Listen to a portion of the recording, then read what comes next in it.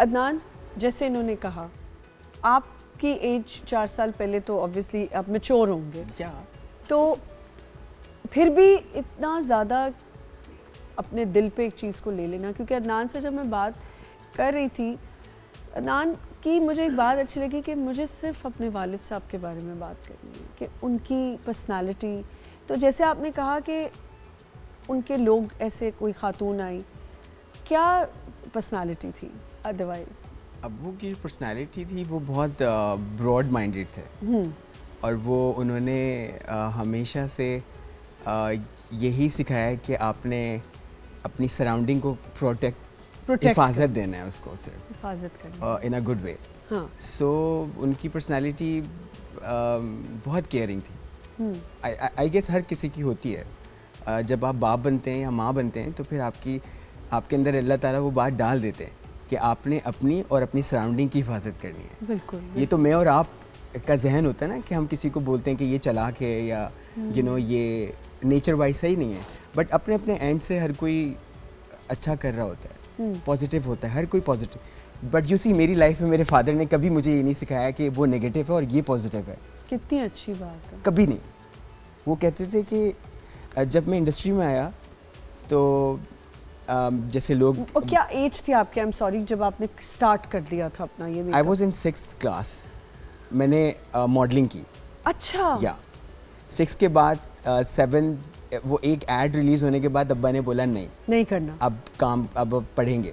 अच्छा, पढ़ाई कंप्लीट की, फिर पढ़ाई कंप्लीट की, फिर मैंने ग्रेजुएशन की, फिर उसके बाद फिर मैं एक पाकिस्तान का बहुत बड़ा नाम है नबीला, हाँ जी, उनके पास गए, उन्होंने उठा लिया उठा लिया।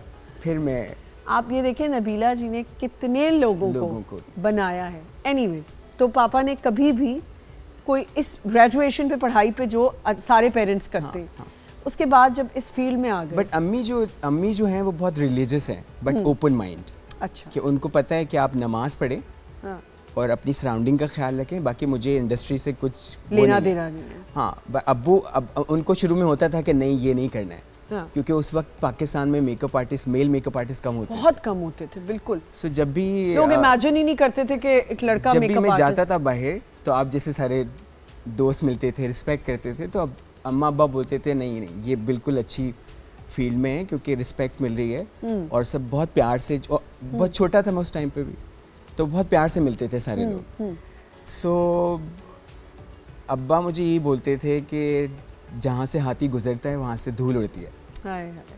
तो आपने किसी की फिक्र नहीं करनी, सिर्फ अपने आप को देखना है। कितनी प्यारी बात है ये कि लोग तो बोलते ही रहते हैं। हाँ, बट वो ये बोलते हैं कि अगर नेगेटिव वो भी नहीं है, बट लोगों के पास जो ना एक दूसरे से कम्युनिकेट करने के लिए कुछ चीज़ है नहीं।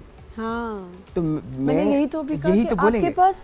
आपके पास क्यों हम साइकोलॉजिस्ट या थेरेपिस्ट या उसके पास जाने की कोशिश करते हैं? अब इतना ज़्यादा इस चीज़ का रुझान हो गया कि लोग कहते हैं कि यार मेरी कोई बात ही सुन ले, मुझे समझ ही ले कि मैं क्या कहना चाह रही हूँ। मजाक बनाने वाले यूँ आ जाते हैं। बेसिकली मुझे लगता है कि साइकोलॉजिस्ट जो होते हैं वो एक काम पर्सन होते हैं, और वो उनकी जॉब ही आप सुनना होती है, ठीक है। तो फिर लोग आपके पास इसलिए आते हैं कि आपको सिर्फ अपने रुदात सुना दें, अपने दिल का हाल सुना दें।